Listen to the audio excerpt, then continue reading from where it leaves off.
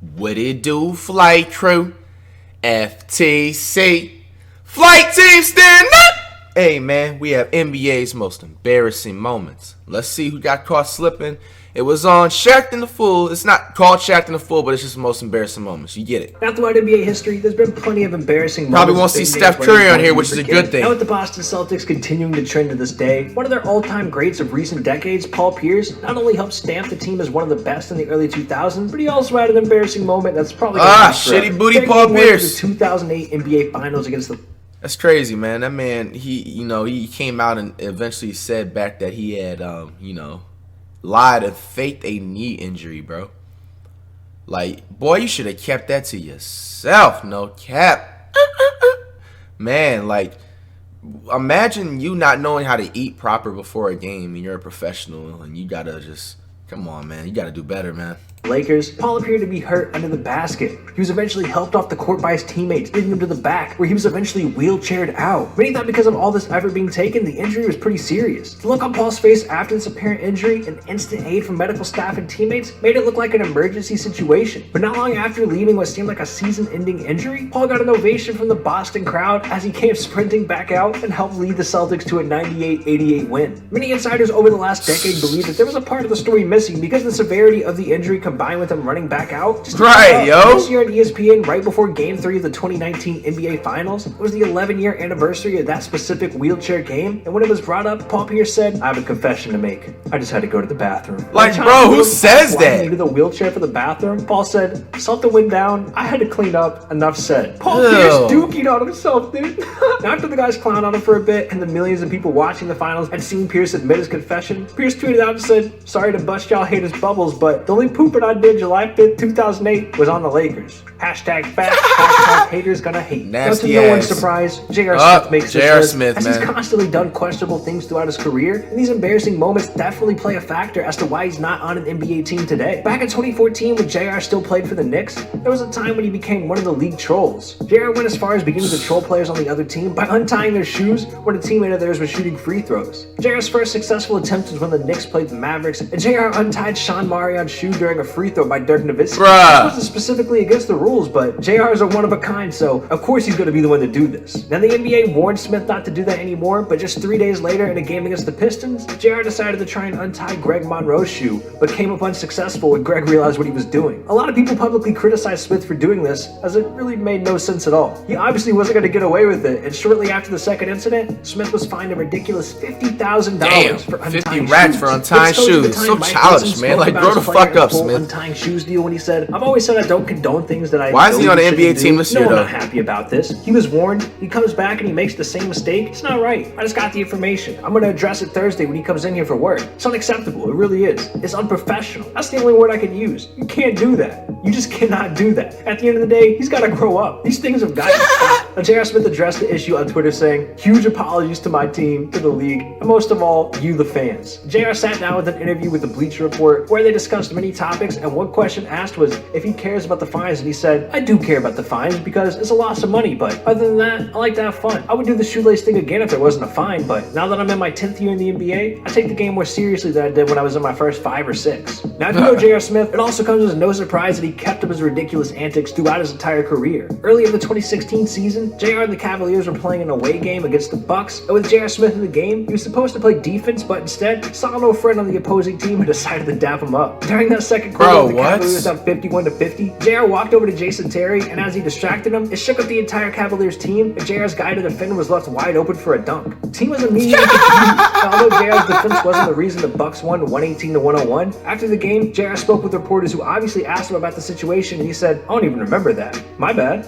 I didn't even know I was in the game." Cavaliers coach Ty Lue also spoke about JR's embarrassing moment when he said, "It was an embarrassing moment. Me and JR talked about it. We're just going to move forward. We had a discussion about it. He felt embarrassed about it. It was an embarrassing play. We talked about it, and we're moving on." JR eventually gave a real answer surrounding a situation after a big deal was made because of him apparently forgetting he was in the game, but Smith eventually said, "I said it more in a joking manner because you can see what happened. Obviously, I wasn't paying attention. For me to just sit there and tell you I wasn't paying attention makes it plain and boring somewhat, espally when you're asking exactly, and only an idiot would have just like caught on to that. Like, come on, bro. answer for whatever reason. Now, the embarrassing moments for J.R. Smith, as you could have guessed, don't stop there. What's gone down as the worst mistake made by an NBA player came during the 2018 NBA Finals, in which the one and only legend himself, J.R. Smith, was involved. At the time, the Cavaliers were looking to make an instant impact on the series by taking down the Warriors in Oracle. Many were already counting Cleveland out because Golden State had Kevin Durant, but LeBron James has something else to say about it. LeBron was having arguably the game of his career, pretty much making any type of shot he took, and was shining with 49 points as the fourth quarter was coming to an end. With just a few seconds left, he dished the ball to George Hill, where he was fouled and sent to the free throw line. With the score being 106 to 107, the Cavaliers looked to secure the lead back as George knocked down the first and tied the game. With pressure at an all-time high and all eyes watching, Hill misses the second free throw, and that's where J.R. Smith grabs an offensive rebound. But instead of going back up for a shot and finding a teammate, he ran out thinking they were ahead. Thank you for the W. Look at Curry in the 360 waves, yo. Disbelief. Man. As time expired, nobody could believe what they had just seen, and many felt like this was the exact moment LeBron decided it was time to head to LA. And we didn't see him talking to anybody on the bench. Now, of course, heading into overtime, the team was stunned. They lost all their momentum of the game, and the Warriors cruised to a 124-114 victory in OT. After the conclusion of the game, Steph Curry got a ring, told a reporter about JR saying he thought it was over. He thought that we were up one.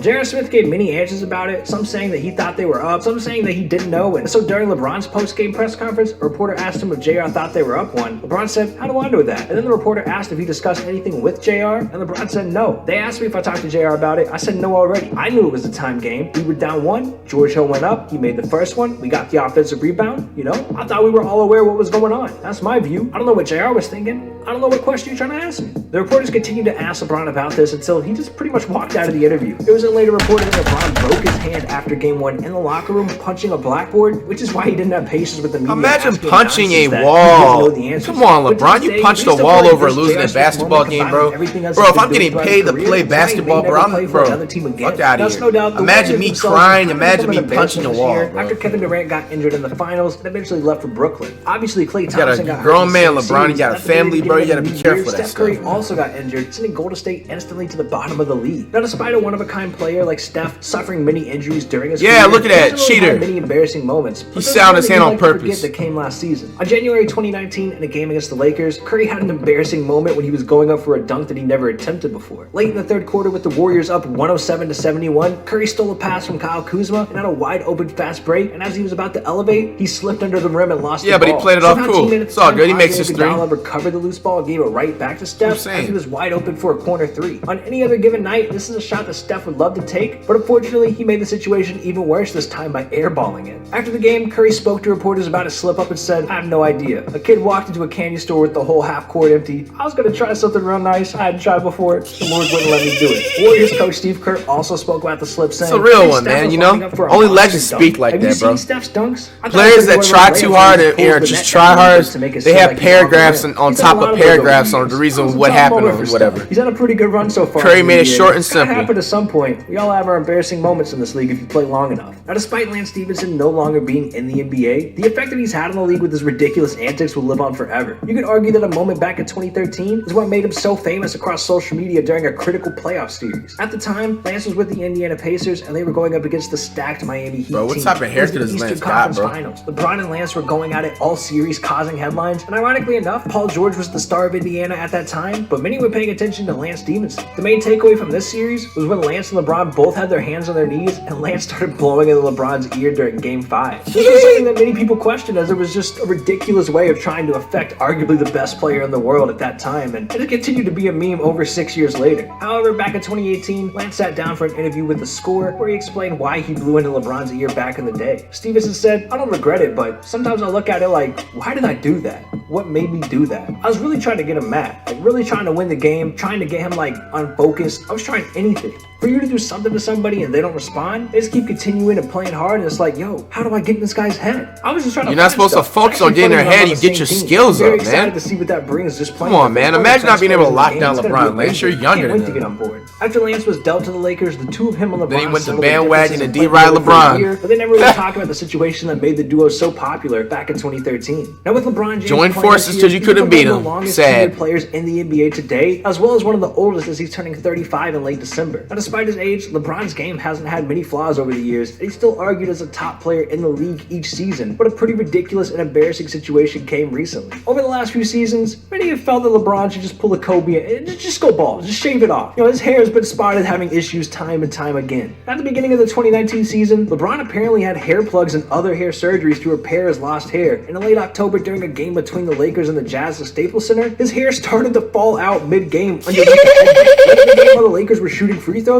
You can see Anthony Davis yell something to LeBron from the bench, and then eventually pointed to his head, trying to get LeBron to notice without making a scene. But everyone saw and everyone knew what this was about immediately. As LeBron got the hint and tried to fix the hair, the camera zoomed right up on his head, with his hair looking completely messed up. Over the years, many have questioned what was going on with LeBron's head, as it's continued to change since his high school days. But recently, his barber weighed in on LeBron's current hairline situation and said, "There's no hair dye, there's no additives, there's no preservatives. Everyone thinks he's dyeing his hair, using Tipperary hair colorings, Bing or black ice. It's all his hair." They still don't believe me. I get big comments all the time. Man. I've become numb to it. It used to bother me. It's not that easy to hear. LeBron is very tedious about his own haircut. The beard is the #1 thing. He leaves the top up to me. I'll leave him a little less bald. He's my guy. He's my hardest haircut. He has good hair. You just have to cut it right. He has a few fat patches around the chin that you have to take your time with. You have to have patience. It usually takes about 50 minutes. Yo, bro, listen up. The reason LeBron's hairline actually crumbled off because he didn't click on this video right here on the screen. That's right, bro. You gotta click on this video. It's a weird thing that happens, bro. I don't get it. I just know that I'm not trying to have my hair crumble off my face. So right, yo. Click on this video, bro. Oh, no, that's the end of the video. Okay. I was like, well, I'm getting lost. But come on, man. That's just like, LeBron, man, it's just time to go bald, bro. You know what I'm saying?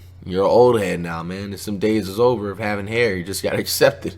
But all jokes aside, man, comment down below what is the most embarrassing moment in NBA history. J.R. Smith, I feel like, just doesn't not top anybody's. It's just goofy, man. I don't know, bro.